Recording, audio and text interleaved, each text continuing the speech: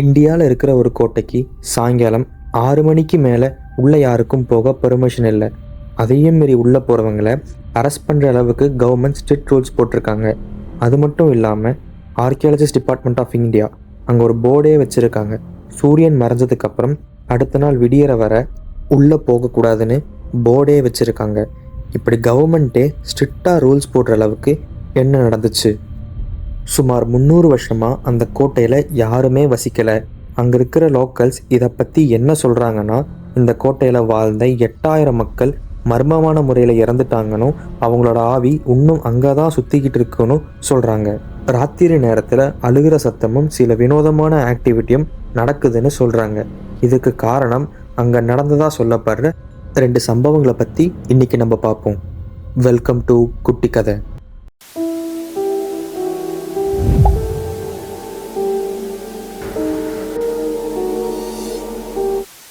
இன்றைக்கி நம்ம பார்க்க போகிறது இந்தியாவோட மோஸ்ட் ஹாண்டட் பிளேஸ்னு சொல்லப்படுற பாங்கர் கோட்டையை பற்றி தான். பாங்கர் கோட்டை 16ஆம் நூற்றாண்டில் ராஜஸ்தானில் இருக்கிற ஆழ்வார் டிஸ்ட்ரிக்டில் அரவல்லி மலைத்தொடரில் கிங் பகவத் தாஸ்னால் கட்டப்பட்டது. இந்த பிரம்மாண்டமான கோட்டை யாருக்காக கட்டப்பட்டதுன்னா, பகவத் தாஸோட கடைசி பையனான மாதவ் சிங்காக கட்டப்பட்டது. மாதவ் சிங் யாருன்னா, அவர் முகல் எம்பரரில் அக்பர் ஆர்மியில் ஒரு ப்ராமினன்ட் ஜென்ரலாக இருந்தவர். அங்கே இருக்கிற லோக்கல்ஸ் இந்த இடத்த தான் ஓல்டு ஜெய்ப்பூர்னு சொல்கிறாங்க. இந்த கோட்டையை கட்டுறதுக்கு பகவத் தாஸ் முடிவு பண்ணதுக்கப்புறம் இதை கட்டுறதுக்கு சரியான இடத்த தேடிக்கிட்டு இருக்காரு. அப்படி தேடும்போது தான் இந்த ஓல்டு ஜெய்ப்பூர் இவர் கண்ணில் படுது. இதை பார்த்த உடனே பகவத் தாஸ்க்கு ரொம்ப பிடிச்சு போயிடுது. அந்த இடத்துல கோட்டையை கட்டமைக்கிற பணிகளை ஆரம்பிக்கிறாரு பகவத் தாஸ். அந்த ஊரில் குரு பாலநாத் அப்படின்ற ஒரு சித்தர் வாழ்ந்து வர்றதா தெரிஞ்சுக்கிட்ட பகவத் தாஸ் அவர்கிட்ட இந்த விஷயத்த சொல்லி ஆசீர்வாதம் வாங்கலான்னு போகிறாரு. பகவத் தாஸ் இந்த கோட்டையை கட்டுறதை பற்றி அந்த சித்தர்கிட்ட சொல்கிறாரு. அதை கேட்ட சித்தர், இங்கே நிறைய மக்கள் வாழ்ந்துட்டு வராங்க, உங்கள் ஒரு பையனுக்காக இவ்வளோ பெரிய கோட்டையை கட்டுறீங்களே, இந்த இடத்த அப்படியே விட்டுருங்கன்னு பகவத் தாஸ் கிட்ட சொல்கிறாரு. அதுக்கு பகவத் தாஸ், இல்லை, நான் அந்த கோட்டையை கண்டிப்பாக என் பையனுக்காக கட்ட தான் போகிறேன்னு சித்தர்கிட்ட சொல்கிறாரு. இதை கேட்டு கோபமடைஞ்ச சித்தர் பகவத் தாஸ் கிட்ட, அந்த கோட்டையோட நிழல் என் குடிசை மேலே படக்கூடாதுன்னு சொல்கிறாரு. அதையும் தாண்டி அந்த நிழல் என் குடிசை மேலே விழுந்தா உங்கள் கோட்டையில் இருக்கிற எல்லாரும் அழிஞ்சிருவாங்கன்னும், அவங்க யாருக்கும் மறுஜென்மம் அப்படின்னு ஒன்று இருக்கவே இருக்காதுன்னும் ஒரு பெரிய சாபத்தை பகவத் தாஸ்க்கு கொடுத்துட்றாரு. இதை கேட்ட பகவத் தாஸ், அந்த நிழல் உங்கள் குடிசை மேலே விழாதுன்னு அவருக்கு வாக்கு கொடுத்துட்டு போகிறாரு. பல மாதங்களாக கோட்டையை கட்டி வந்த பகவத் தாஸ் இன்னும் பெரிய கட்டடங்களை உள்ள கட்டமைக்கணும்னு பேராசைப்பட்டு பண்ணும்போது அந்த நிழல் அங்கே இருந்த சித்தர் குடிசை மேலே பட்டுருது. அந்த கோட்டையோட நிழல் அந்த சித்தர் குடிசை மேலே பட்டனால அங்கே பெரிய அழிவு ஏற்பட்டு அங்கே இருக்கிற நிறைய பேர் அந்த சித்தரோட சாபத்தினால இறந்துட்டாங்கன்னு சொல்லப்படுது. இன்னைக்கு வர அந்த சித்தரோட சமாதி அங்கே தான் இருக்குன்னு சொல்லப்படுது. இதுதான் அங்கே இருக்கிற மக்களால் சொல்லப்படுற முதல் கதை.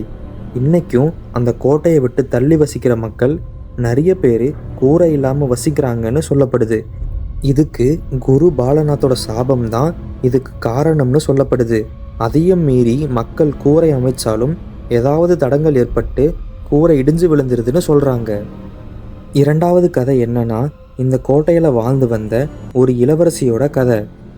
பாங்கர் கோட்டையில் ரத்னாவதி அப்படின்னு ஒரு இளவரசி இருந்தாங்க. அவங்க ரொம்ப அழகானவங்களாக இருந்தாங்க. அவங்களோட அழகை வர்ணிக்க வார்த்தையே இல்லை அப்படின்னு சொல்லப்படுது. இவங்கள ஜுவல் ஆஃப் ராஜஸ்தான் அப்படின்னு சொல்கிறாங்க. இப்படி இவங்களோட அழகை பற்றி தெரிஞ்சுக்கிட்ட நிறைய பேரரசர்கள் அவங்கள திருமணம் செஞ்சுக்கணும்னு ஆசைப்படுறாங்க.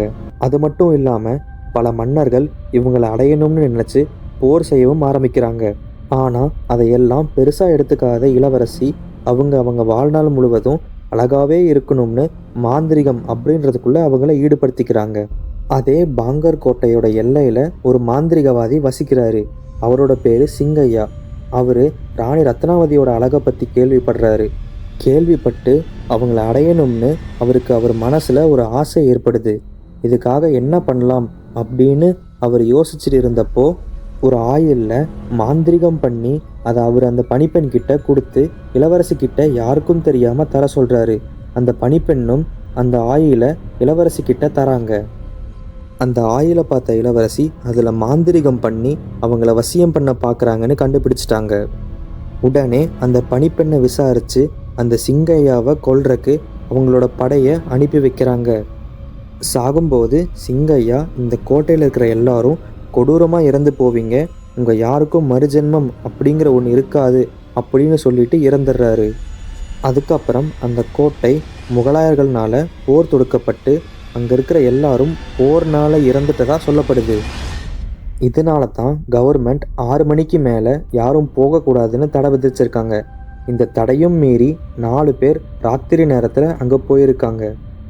அந்த இருட்டில் கீழே விழுந்து ஒருத்தருக்கு அடிபட்டதாகவும் அவரை தூக்கிட்டு காரில் போன 4 பேருக்கு ஆக்சிடெண்ட் ஆகி அந்த இடத்துல இறந்து போயிட்டதாகவும் அங்கே இருக்கிற மக்களால் சொல்லப்படுது. இன்றைக்கும் இன்டர்நெட்டில் சில ஆர்டிகல்ஸில் இதை பற்றி போட்டிருக்கு. இந்த கோட்டை பல மன்னர்களால் கைப்படுத்தப்பட்டிருக்கு. ஆனாலும் இந்த கோட்டையில் யாரும் அந்த சம்பவம் நடந்த பிறகு ஆட்சி செய்யப்படலை. பல வருஷங்கள் கழித்து ஆங்கிலேயர்னால் இந்த கோட்டை கைப்படப்பட்டுச்சு. அவங்களும் இந்த கோட்டையை யூஸ் பண்ணலை.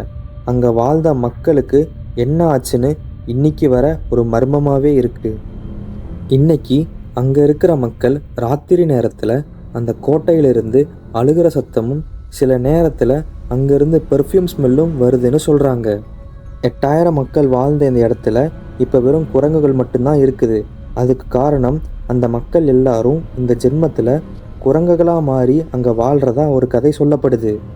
சில வருடம் கழித்து கவர்மெண்ட் பாங்கர் கோட்டையை டேக் ஓவர் பண்ணி இப்போ பாங்கர் கோட்டையை ஒரு டூரிஸ்ட் பிளேஸாக மாற்றப்பட்டிருக்கு. இன்றைக்கி அங்கே போகிற டூரிஸ்ட் பல பேர் என்ன சொல்கிறாங்கன்னா, இந்த இடத்துல ஒரு நெகட்டிவ் வைப்ரேஷன் இருக்குது அண்டு சில வினோதமான சத்தமும் வருதுன்னு சொல்கிறாங்க. இன்றைக்கி நம்ம பார்த்த இந்த குட்டி கதை உங்களுக்கு பிடிச்சிருந்தா லைக் பண்ணுங்கள், ஷேர் பண்ணுங்கள். இந்த மாதிரி இன்ட்ரெஸ்டிங் ஹாரர் அண்ட் த்ரில்லர் ஸ்டோரிஸ்க்கு நம்ம சேனலை சப்ஸ்கிரைப் பண்ணி வச்சுக்கோங்க. நெக்ஸ்ட் வீடியோவில் சந்திப்போம்.